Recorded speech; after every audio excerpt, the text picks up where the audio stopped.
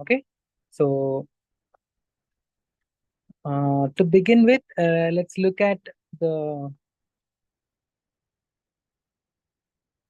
constitutional scheme of things. Okay, who, uh, what is the institutional, legal, constitutional structure or basis for the education sector in India? Okay, we'll try to answer this question first. So, in the constitution, there's something called separation of powers, which lists the functions of the union government, the state government, and the local governments. Okay, so whose job is it to provide education to the citizens of this country?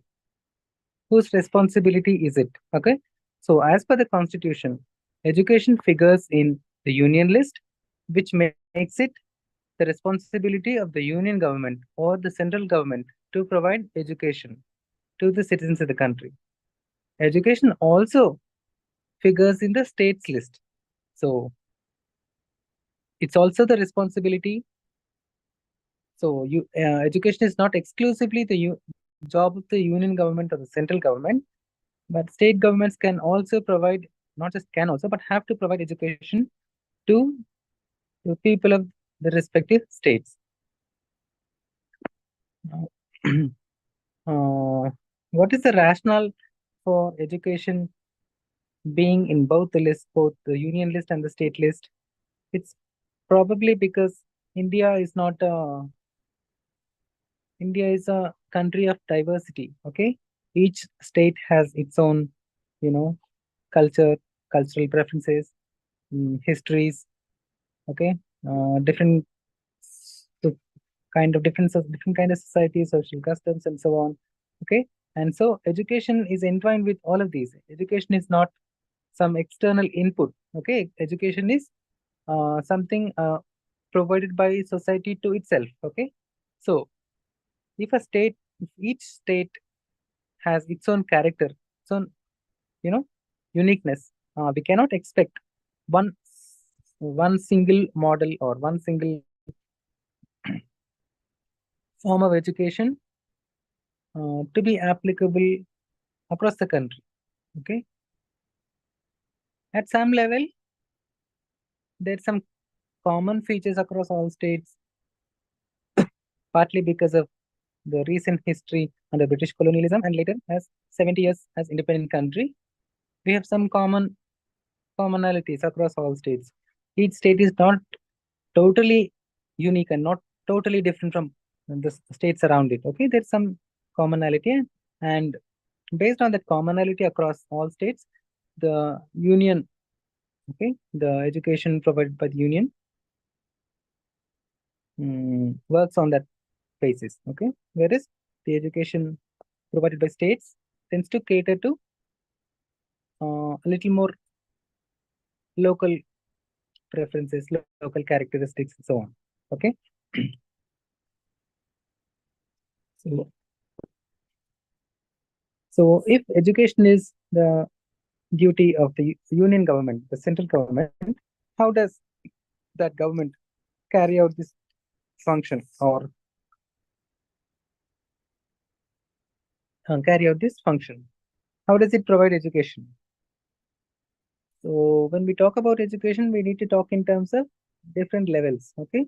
So usual practice is to talk in terms of primary education, secondary education, and higher education. Okay. So in higher education, the union government provides higher education through, the central universities, the Indian Institutes of Technology, Indian Institutes of Science, Education and Research, Indian Institutes of Management, IIMs, uh, and so on. Okay, so these are all administered by the union government. When it comes to state,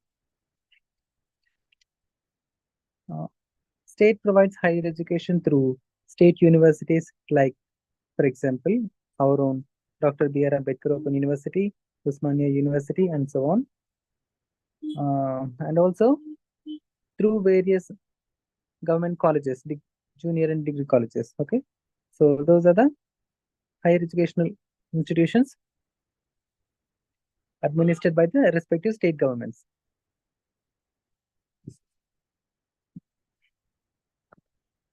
When it comes to primary and secondary education, the institutions run by the central government or the union government are the Kendriya Vidyalayas, Jawahar Navodaya Vidyalayas, and these are the two prominent chains of schools. There may be some specialized ones like Sainik School. So primary and secondary education by union government is mainly through Kendriya Vidyalaya and Jawahar Navodaya Vidyalaya. Now, the primary and secondary education provided by state governments is through, Mandal Praja Parishad primary school, secondary school, and high school. Similarly, Jilla Praja Parishad primary school, secondary school, and high school. So these are the institutions run by state governments in Telangana.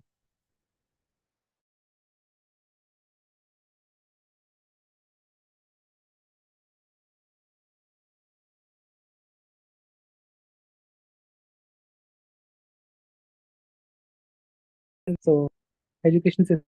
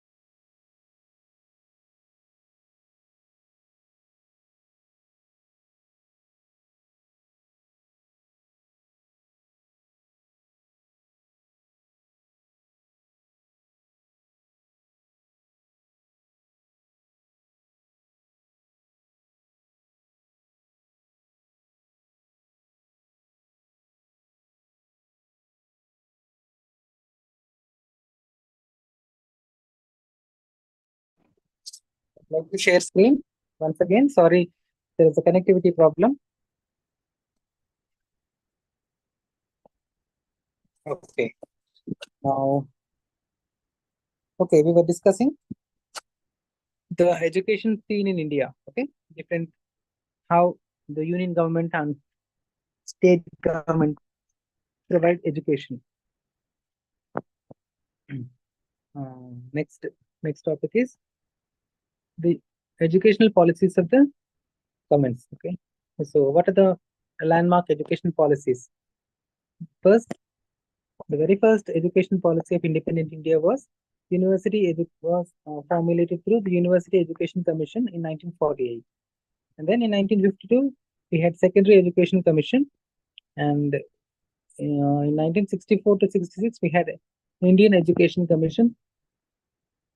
In 1968 there were four uh, different commissions over a period of 25 years, called National Policy in Education.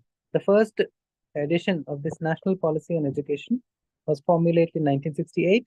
The second revision of that policy, the National Policy of Education, was in 1979. The third revision, okay, the third revised National Policy on Education was in 1986, and fourth version or the fourth edition of the National Policy on Education was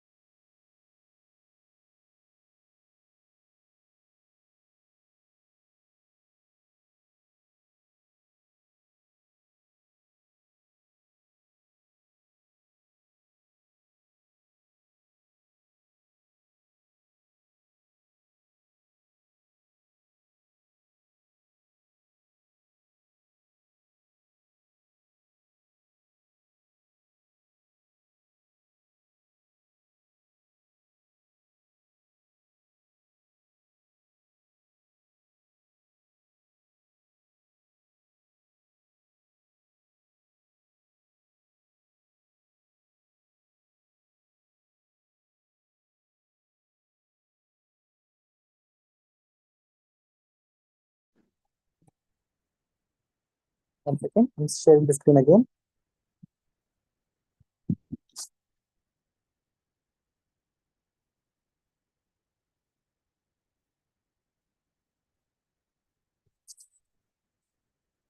Okay, so national level regulatory authorities. When it comes to universities, the regulatory authority or the regulatory body is the University Grants Commission. Uh, it was formed in 1956 as a statutory body of the Government of India through an act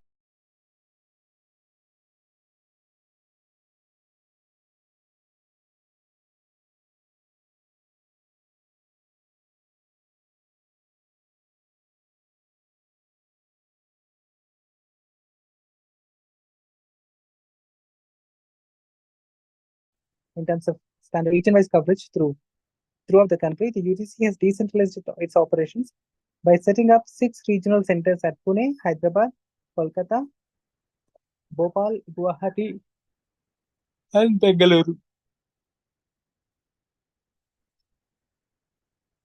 So the mandate of the University Grants Commission is promoting and coordinating university education, determining and maintaining standards of teaching, examination, and research in universities, framing regulations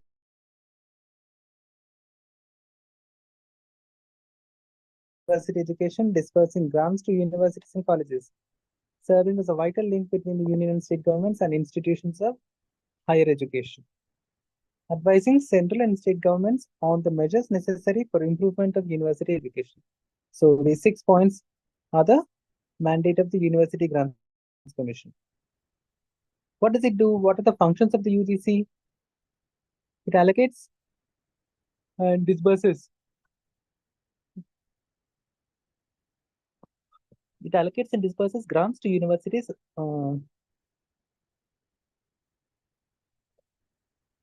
So mainly to central universities and also for such universities that may be specified for the purpose. In other words, both central and state universities are private universities. UGC recommends to any university the measures necessary for the improvement of the university education and advises the university on the action to be taken for the purpose of implementing those recommendations.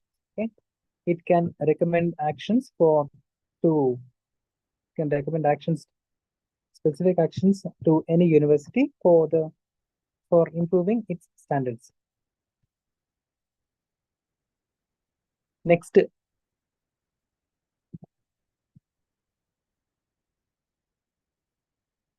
UGC covers all the non-technical universities, whereas the All India Council of Technical Education covers all the engineering, technology, pharmacy, and such professional courses.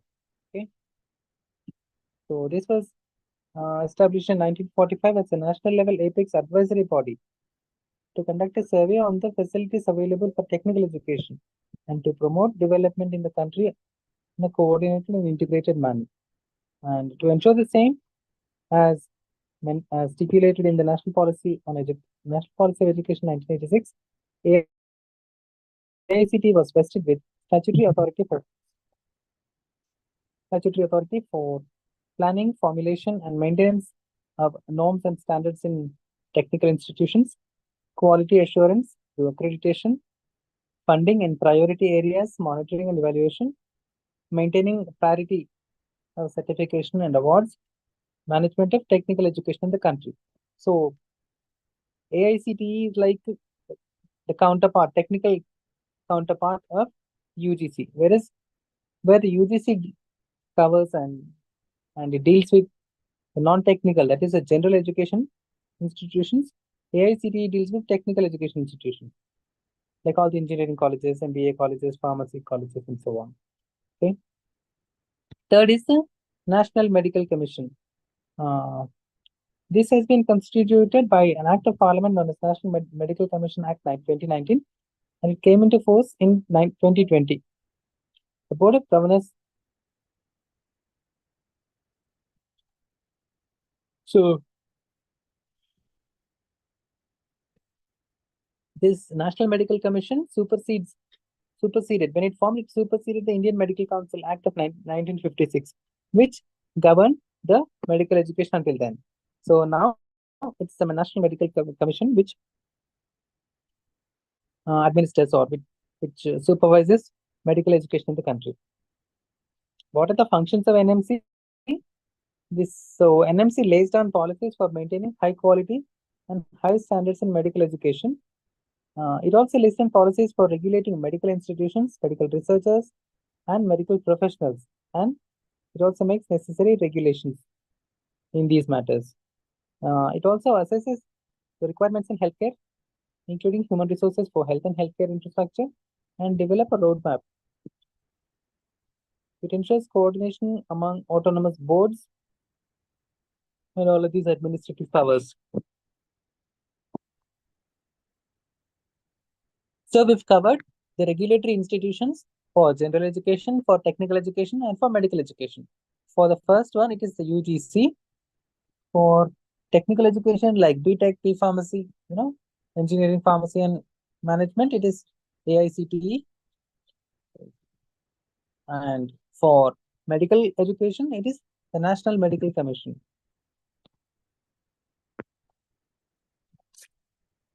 Then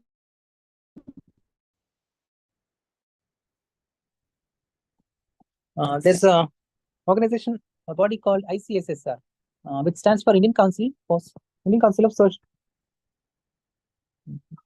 Social Science Research, Indian Council of Social Science Research. Okay. Uh,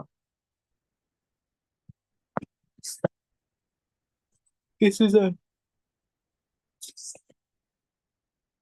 this is more of an exclusive body, exclusively focused on research, not really into teaching.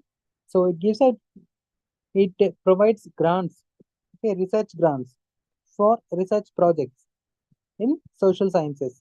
Social sciences are, these economics, political science, public administration, mass communication, sociology, all of these. Okay.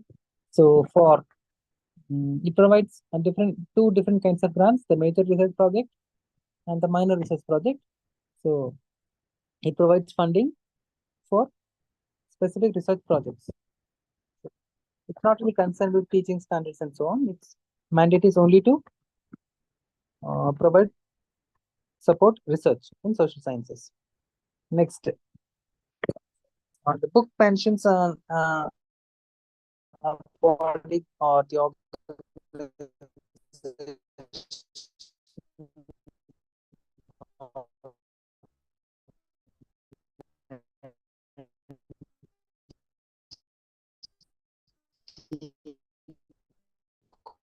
called NCERT. This is very union government, which are Kendriya Vidyalaya, Jawahar Navodaya Vidyalaya. They all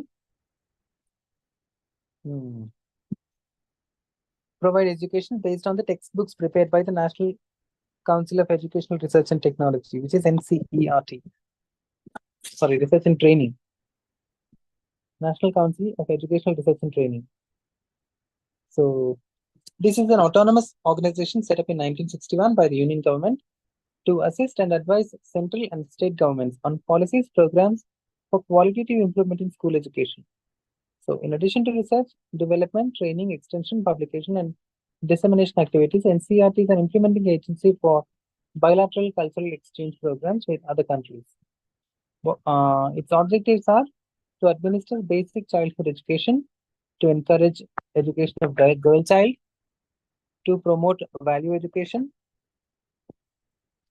to work for education of students with special needs, to bring universalization of fundamental education,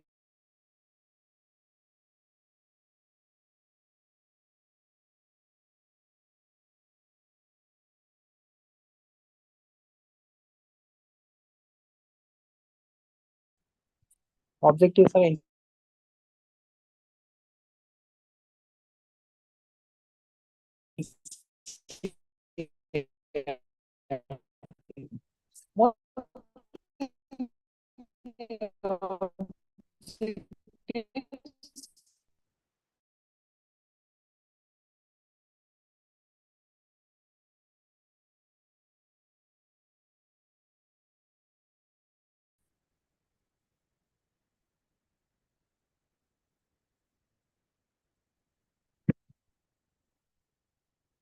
Yes, sir.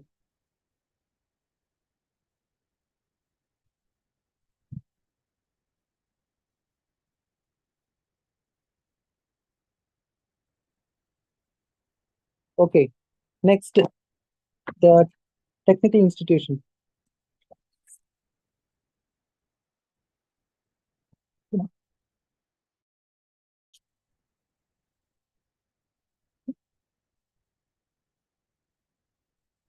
One second.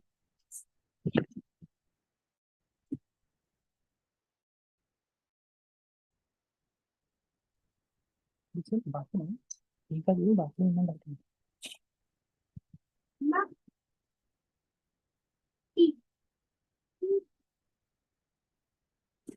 So, IITs and IIMs. The concept of IITs was first introduced in a report in 1945 by N.M. Sarkar, then member on Viceroy's Executive Council. Based on his recommendations, the first Indian Institute of Technology was established in 1950 in Kharagpur.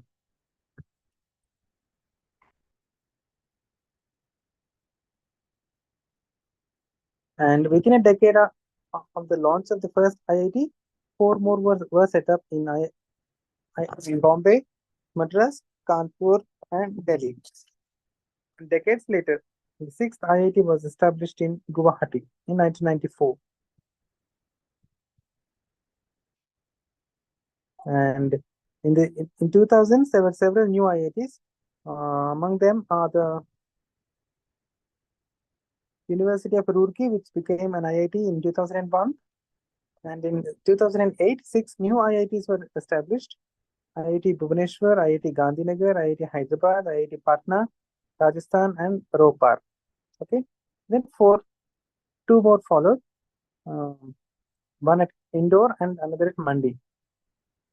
In 2012, BHU was designated as the 16th IIT. IIT Palakkad and IIT Tirupati came into existence in 2015, and in 2016, five more IITs.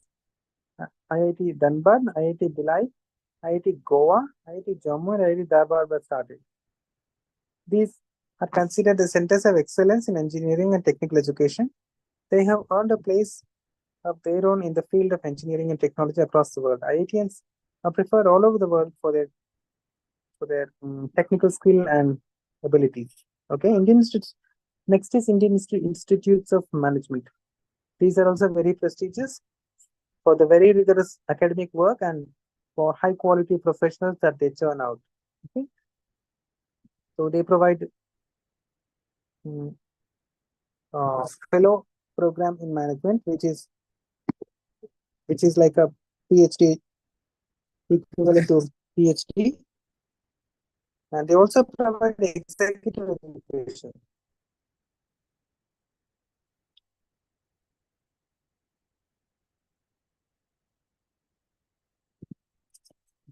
So that's about the IITs and IIMs.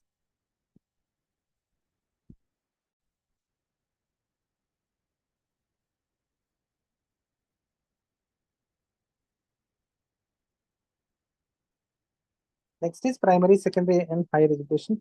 We've already talked about this at the beginning. So, as per the Constitution, this primary, secondary, and higher education are provided both by the union government and the state government. And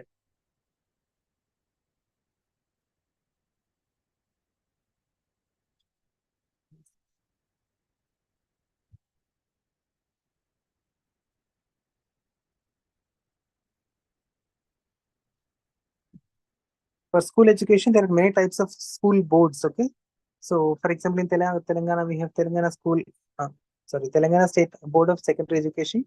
Similarly, each state will have its own board, and then at the central level, there is this Central Board of Secondary Education.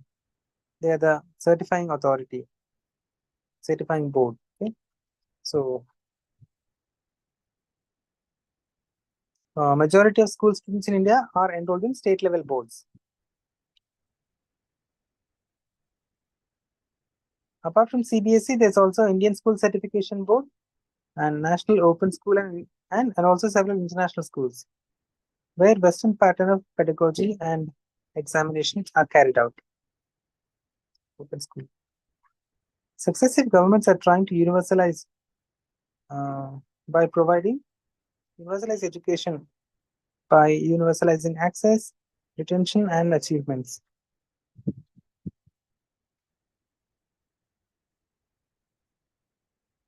Now comes the most important part, reporting educational institutions and stories. How do journalists report education? How is the education sector covered in the media? Okay, the most crucial part of our class. Now, one would think education is the most important, but also the most neglected. What are the most neglected areas in journalism? Compared to other areas of specialization that we've seen so far, like the sports journalism, science journalism, or business journalism, education is not considered a specialization in the media. Education is, at the most, it's just a beat. Okay? It's just a area to be covered in a routine manner. Okay.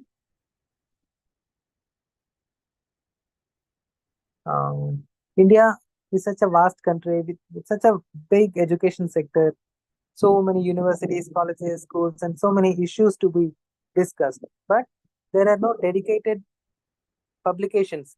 There are no magazines or special focus especially on education.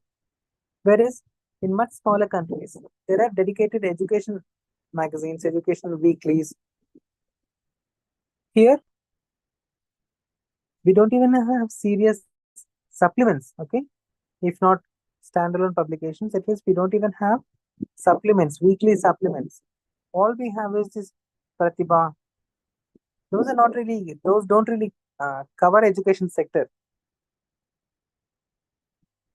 Instead, they just provide, preparatory material for people who prepare for various exams. In fact, that is not really the job of newspapers.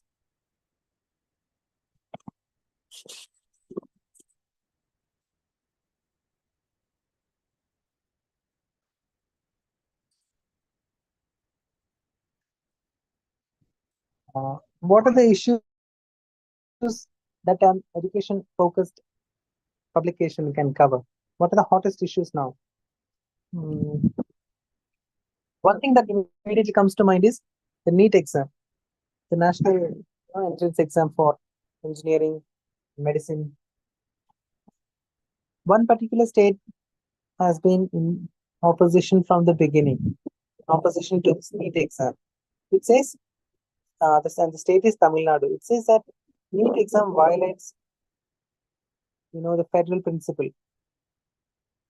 NEET is a national level entrance exam, uh, single national level entrance exam to enter, you know, medical, join MBS course. Now, when the constitution allows both the union and the state governments to provide education at primary, secondary, and higher education levels, tertiary levels, and the admission cannot be centralized. We cannot say that even to join a medical college in Tamil Nadu, you have to write NEET, which is a single national entrance for all aspirants across the country. They qualify it and get admission and so on, isn't it?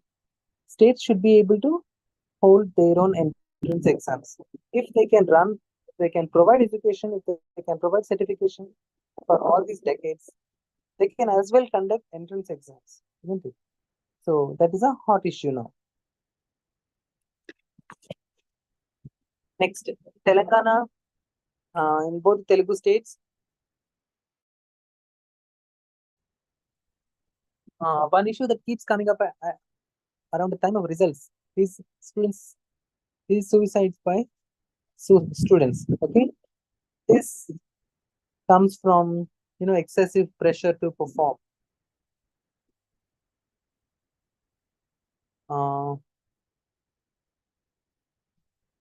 as if there's no future if you don't qualify with very high marks in, at 12th class level or 10th class level.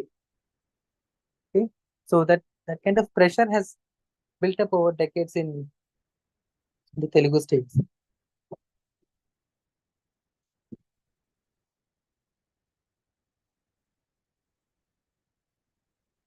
Another issue is poor quality of education. Uh, the issues that we hear about in the media always, teachers is teachers is government school teachers is grievances for transfers, for salary hikes, for recruitment, regular recruitment, this that. Only employees, okay, teachers are seen as employees, and the grievance and their grievances as employees are the most covered aspect in newspapers. Teachers are ultimate. uh, it's true that teachers are also employees, but why do we never hear about schools' performance, teachers' performance? Why do we never hear about the quality of teaching, okay, or absenteeism or other issues, okay, the core issues, quality in terms of quality of education and so on. Why do we always hear about you know these HR kind of grievances of teachers? So that's a kind of skewed coverage we see. Hmm. Uh, when we talk about quality of education,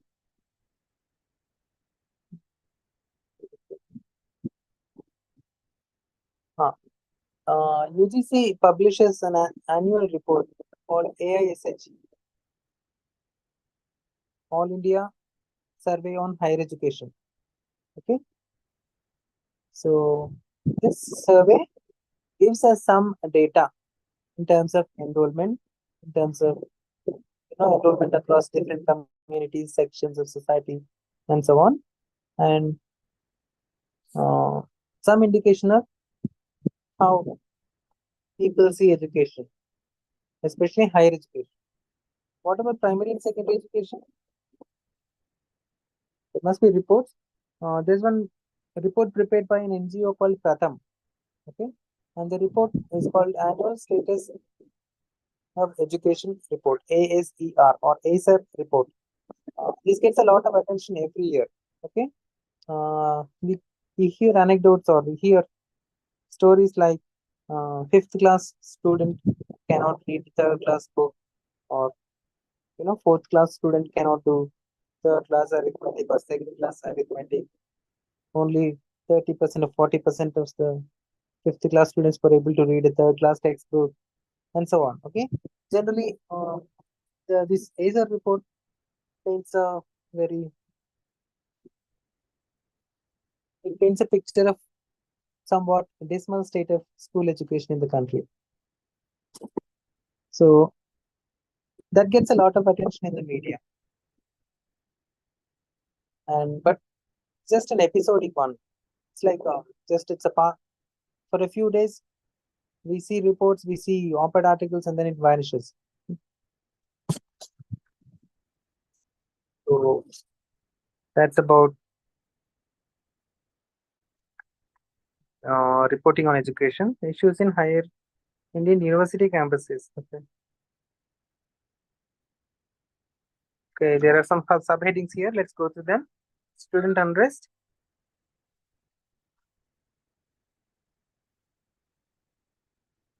It says since students are unable to get and knowledge useful for the job market, they are unable to get employed anywhere.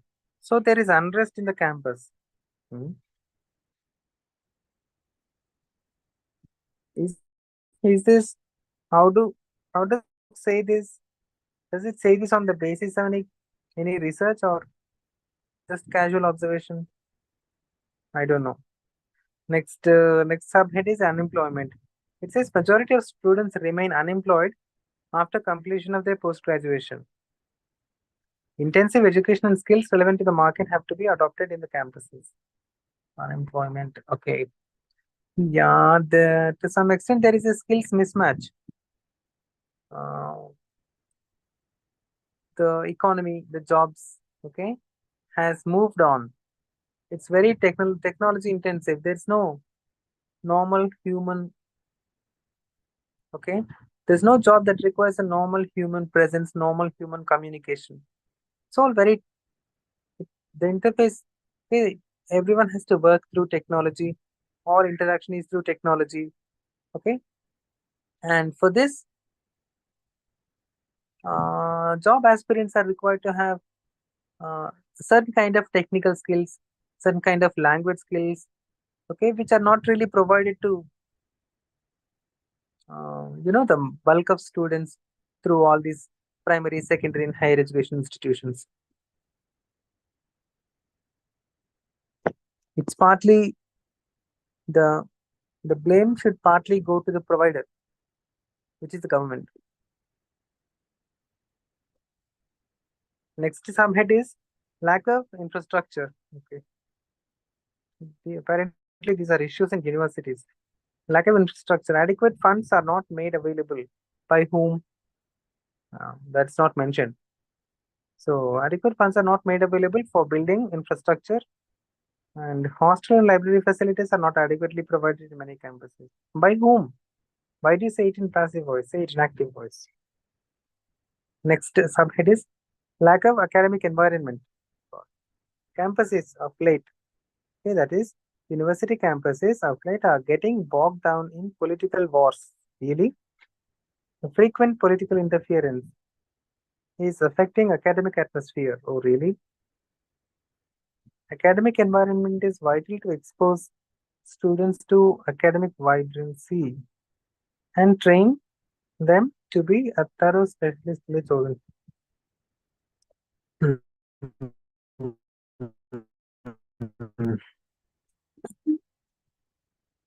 I think academic vibrancy, you know, academically high standards can be provided even while students are politically active. One is not an excuse for the other. Lack of next subhead is the lack of industry and university interface. Hmm. University, universities and education, sorry, universities and industry must develop close tie-ups to build synergies to promote scientific temper among students. Better leave it. Next is recruitment. Next issue, according to this book, is recruitment. Adoption of intense scientific evaluation of faculty. Intense or intensive? Intensive scientific evaluation. Okay, performance appraisal definitely needed for faculty of universities. Must be, it says, scientific evaluation of faculty must be introduced in recruitment. Just at the time of recruitment. And once you get recruited, there's no need for any performance appraisal. What kind of suggestion is this? The recruitment is a first step. At the recruitment level, you only look for promising candidates. After that, every year or periodically, you should monitor and appraise the performance of all teachers. And a teaching job should not be like a job for a life. Once you get into a university, you are you're secure for the rest of your life. It should not be like that. If your performance goes down, you should be at risk of being thrown out.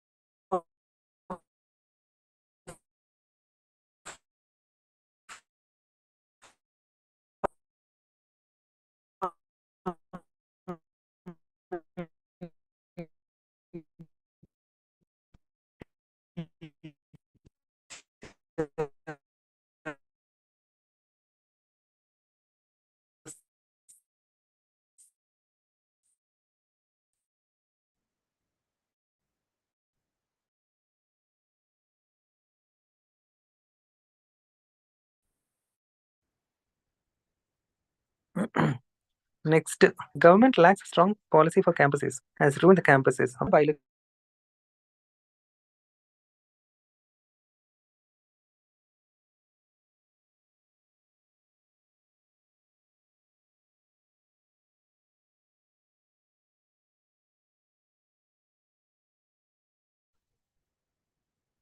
One second, I'm sharing screen again.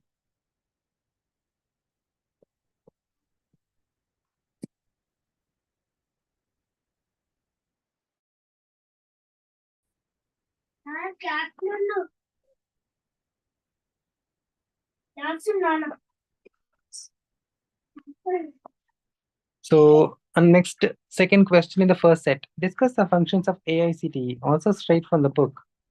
Next, third, write a note on university news. It's a publication. I've never heard of it until I've seen first time. This is the first time I'm hearing about this.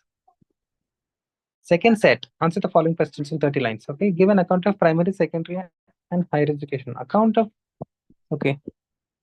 I guess you can talk about of secondary education. You can just look at the latest reports of maybe Pratham's ACER report, and this AI India survey on higher education report put out by the UGC. You'll get some data. Based on that, you can write an account on the status of all of these primary, secondary, and higher education. Next, explain the reporting on educational institutions. Okay, you can talk about how the reporting is. Okay, there's no reporting of high educational institutions per se. There will be some reporting on educational issues. Okay, for example, teacher absenteeism, teacher issues. Issues faced by teachers are the biggest topic covered in Telugu newspapers, not issues faced by students. Issues faced by students are also covered, not as not in a focused or systematic way. Only some extreme cases are covered. Okay. Third question. Point out the issues in university campuses. The book discusses some vague and some not fully thought through issues. From your own observation, you can discuss some other issues as well, apart from those mentioned in the book. So that's about reporting or covering education sector. Now, the next part of the class is about reporting on arts and culture, everyone's favorite subject, because this makes for some light reading. There's no controversy, there's no conflict. It's all just cool, pleasant, good things. Okay, or mostly, what gets into these pages is entertainment stuff, movies. Okay.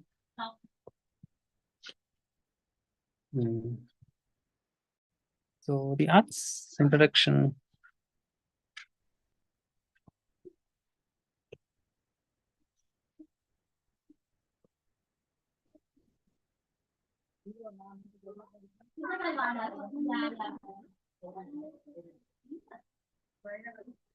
What is the level or extent of coverage of arts and culture in newspapers?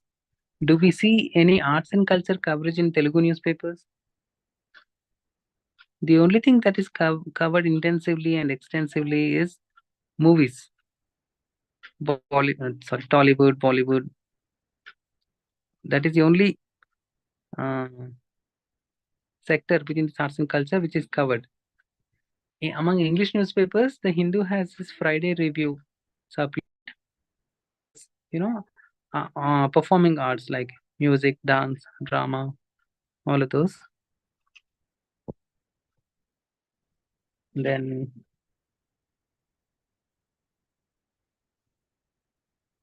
apart from that, I don't think there are any other newspapers which cover arts and culture in its full range. So, what do they talk about in this arts and culture reporting? First, previews and reviews of arts and cultural programs. Previews and review. Preview is like a curtain raiser. It's a report on some big event before it is staged, before it takes place.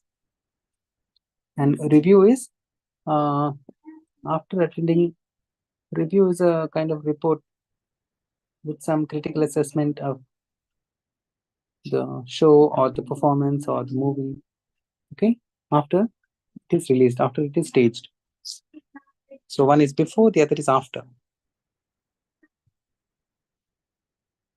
Tips for preview writing. Make minimum 4 to 5 paragraphs with blank. Okay. First paragraph for the program. Okay. Okay. Review writing. This might be more interesting. Reviews are classified according to their size and topic. Okay.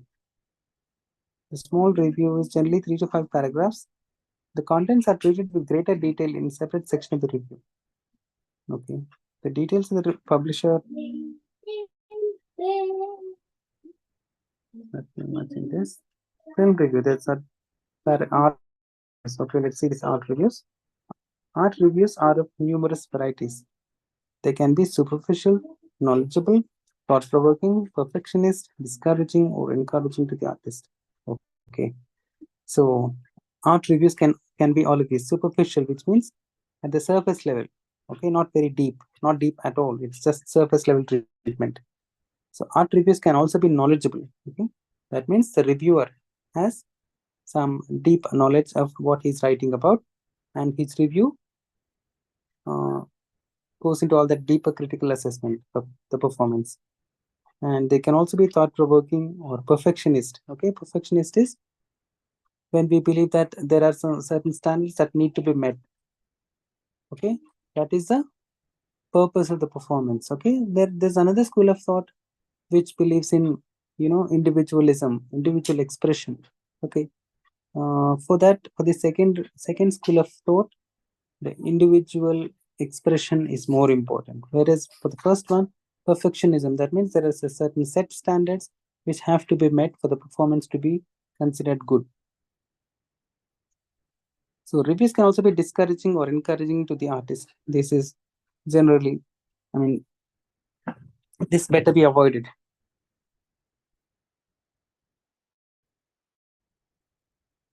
Much depends on the actual work under review. Yes. It is best to let your perfectionism stand in the way of a good review. Right? Yeah. Factors which influence a critic are the artist and his background, handouts and publicity material, opinions of other critics, and sometimes the herd instinct which a critic follows because he doesn't have, okay, especially when he doesn't have enough knowledge of the medium. Okay. Next, very common, very popular. Film review.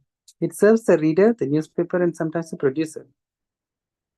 The critic, as in other cases, the critic has to be an expert in films.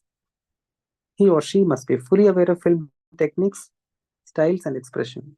Apart from these, he or she must have sharp faculties, knowledge of art, culture, and should be able to write objectively.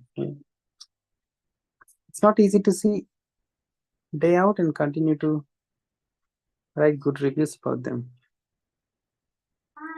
Because of the variable quality of films, from almost moronic expressions to highly sophisticated presentations, part of the drabness rubs off on the reviewer. Yeah, that's true. Next, third is stage reviews. Okay, this is about drama. Follow basically the same pattern as film reviews. Only the difference is the critic devotes definite attention to the development of the theme. The critic analyzes on the basis of awareness that actors on the stage cannot appear for reshooting. Yeah, this is live performance, right?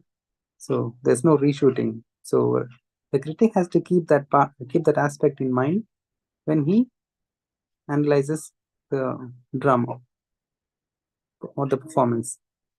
This means greater acting talent is called for. The characters have to be on the stage and the audience has to remain in the auditorium. This is the basic difference between stage and film. Nice.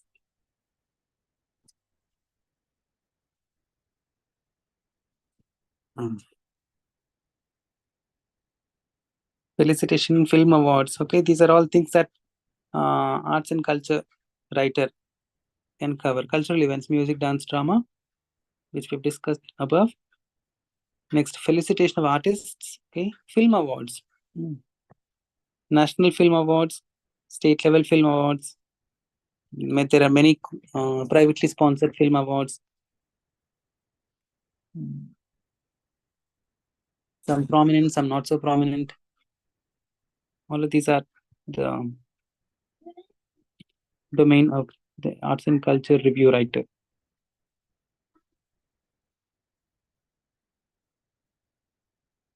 So we'll go straight to model examination questions. First question in the first set: How do you report felicitation program of artists? Yes, the book talks about it here. Felicitation of artists. There are some points. The names and titles of speakers and felicitators should be given. The major point of the speech plus necessary background should be mentioned in the report. Plenty of strong quotes should be mentioned. The size and composition of the audience should be mentioned, plus any important people in it, and audience reactions if they are significant. All this should be mentioned in a report on felicitation of artists. Plus who is felicitating and whom, obviously. Second question in the first set: discuss the cultural events, music, dance, drama. Guess you can directly read from the book. Second set, first question: explain arts and cultural programs, reviews and report, review writing, review and review. The difference is obvious. Next is discuss the news coverage of film awards. Discuss the news coverage, how the news media covers film awards. I think you can write plenty about this. So that's about it. Thank you so much. We'll meet again tomorrow. Thank you.